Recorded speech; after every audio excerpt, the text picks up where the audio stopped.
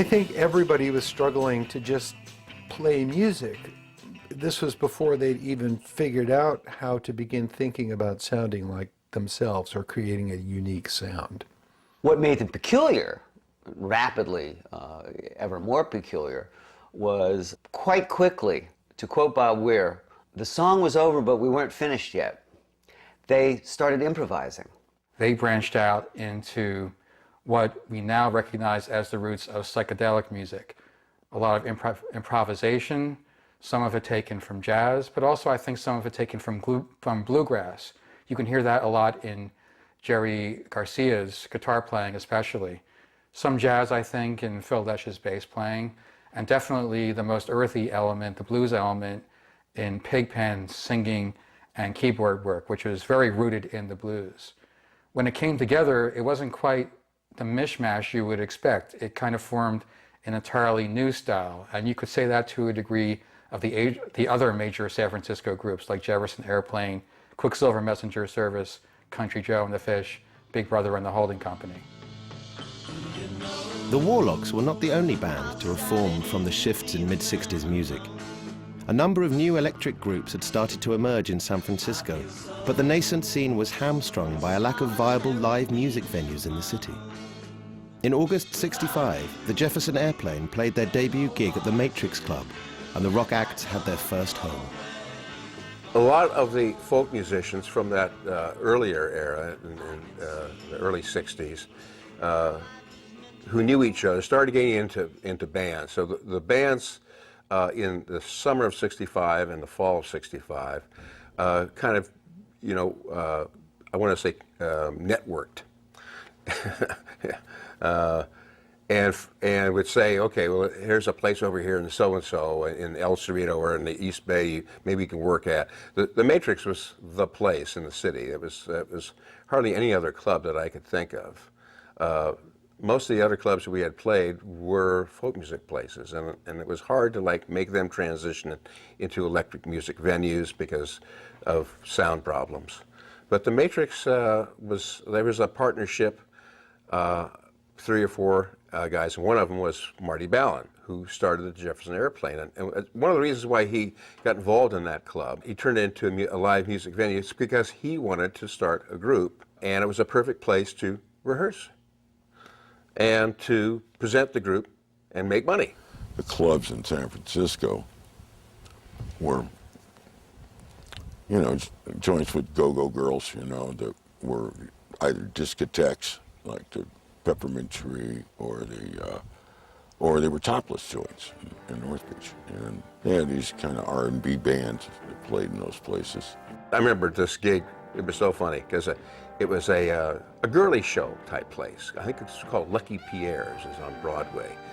So the Grateful Dead were backing up this dancer, and this dancer was on a floor that had air holes. And the air holes were blowing up this woman's skirt all the time, So it was kind of fun, here's this rock and roll band that's backing this dancer, and there was a bunch of sailors in the front, and they were going, yeah, blow the hole again, more air.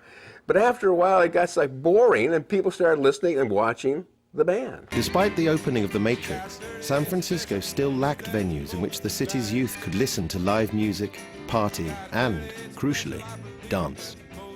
A group of friends calling themselves the Family Dog conceived a plan to hold rock and roll dance parties at the Red Dog Saloon just over the California-Nevada border, and booked San Franciscan bands the Charlatans for an extended residency. It was a venture that came to form the template for the live circuit in San Francisco. A number of things started happening in the fall of '65. The most prominent of them was the arrival of the Family Dog. They had spent the summer of 1965 in Virginia City, Nevada, hanging out with the Charlatans and running a club called the Red Dog Saloon. And it was an ongoing party, which involved a lot of psychedelics, among other things. Music and dancing. Dancing, was the feature of all those early concerts. We had some input in designing the stage there and everything, and Bill Ham came up from San Francisco and built this light show machine thing that worked off a color sound translator.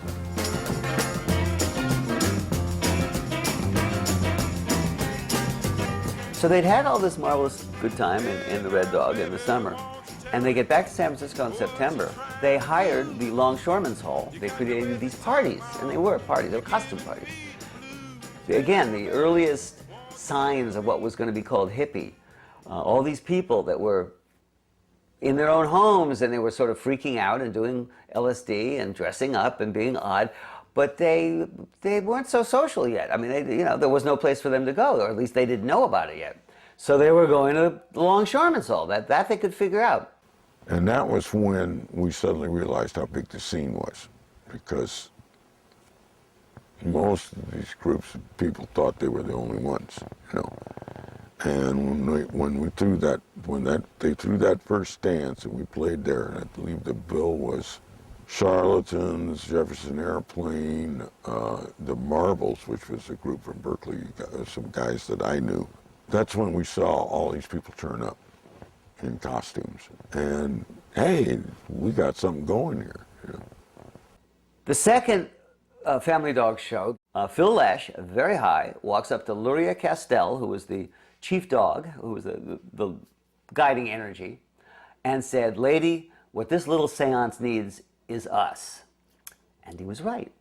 Ironically, the Family Dog had gone to listen to them and had rejected them, hiring them, because all they did was play cover tunes. When the Grateful Dead began as the Warlocks, they were just trying to play music, get gigs, and do whatever they could. Then they got turned on to the acid tests and hooked up with Ken Kesey and started playing those events there. And that, I think, was when the door got kicked open and really interesting things started to happen musically for them and socially and professionally. LSD, better known as acid, was to have a profound impact on California's counterculture. A synthetic hallucinogen, it was appropriated by the CIA, who ran trials of the drug during the late 50s and early 60s at the Veterans Administration Hospital on the peninsula. The trial subjects included both Robert Hunter and the author Ken Kesey. Kesey had been studying creative writing at Stanford University, and his introduction to LSD, or the psychedelic experience, was a life-changing event. Having found fame with the publication of his novels One Flew Over the Cuckoo's Nest and Sometimes a Great Notion, Kesey assembled a group of like-minded friends with whom he experimented with acid and explored the psychedelic experience. They called themselves the Merry Pranksters. Well, the Merry Pranksters are really among the more remarkable stories in all of the whole San Francisco scene, certainly, and really in American cultural history. An amazing collection of characters, all of whom floated around the orbit of Ken Kesey. When Kesey was there at Stanford, you know, he took a job as an experiment at the VA mental hospital, where they'd go in there and they'd give him some kind of drug and come in and ask him questions and stuff. And one of the drugs they gave him was LSD. About 6 months later, he was working at that hospital, and he was on the same floor as where he was when they were doing the experiments, and the doctor office was right there, and the door was open, and Kesey went in and opened one of the doors, and there was a full bottle of Sandoz pure LSD. He finds himself in the year 1964 with more money than he knew what to do with, because he lived simply. So he financed a journey that included a lot of LSD with all of his friends, and they went to New York to visit the World's Fair. And so now, by the fall of '65, they are all experienced psychedelic explorers, and they want to spread the gospel of LSD.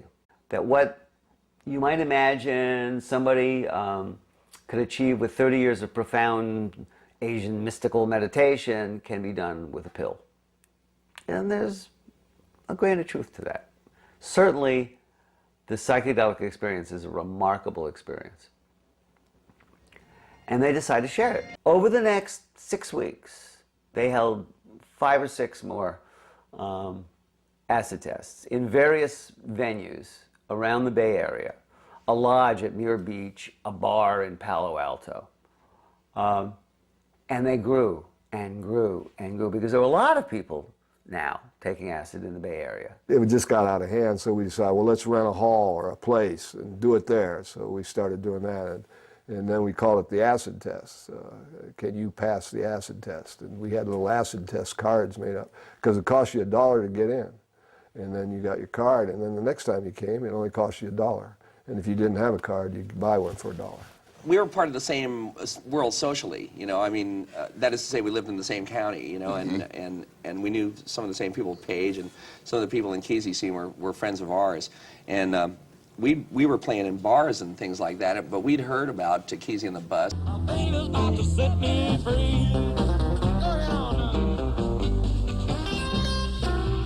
Having fallen into the orbit of the pranksters, the Warlocks became the acid test's artists in residence.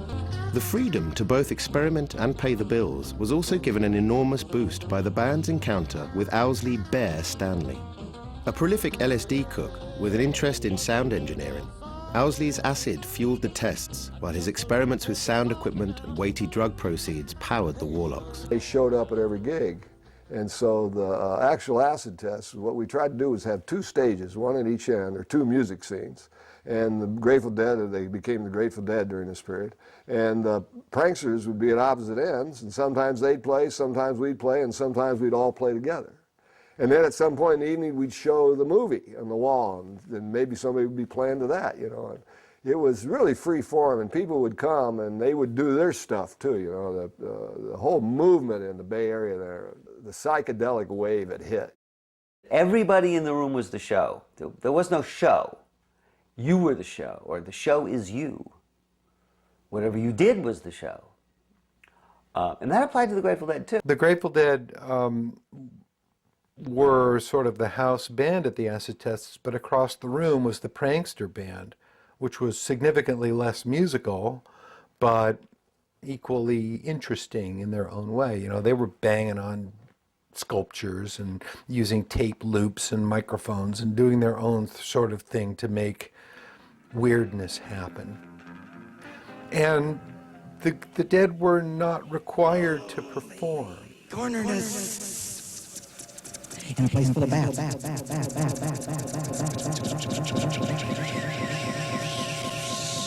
Band members, loosely called the band, could kind of wander off into the crowd and do something else while just, you know, Pigpen would just be up there, the only straight guy in the whole outfit, would just be sort of keeping his blues riffs going, and then the music would start up again, and it was just a very loose conglomeration. I'm gonna wait till midnight hour. That's when my love comes tumbling down. I'm gonna wait till midnight hour when there's no one else around. I'm gonna take you, girl, and hold you, yeah. It gave them a sense of absolute freedom to improvise and to create whatever music they collectively felt like making. And it also gave them a sense of unity with their community. By 1966, the psychedelic community was mushrooming, and the first stirring of national attention fell on San Francisco. In January, the acid tests culminated in the Trips Festival, a 3-day event at Longshoremen's Hall that was covered by both Time magazine and Newsweek. The last of the acid tests was part of the Trips Festival of 3 days, 5,000 people a night. So we've gone from 30 to 5,000 in 2 months. This was a cultural mojo, the likes of which perhaps no one has ever seen before or since. It involved so many different kind of aspects of, I want to say, the counterculture.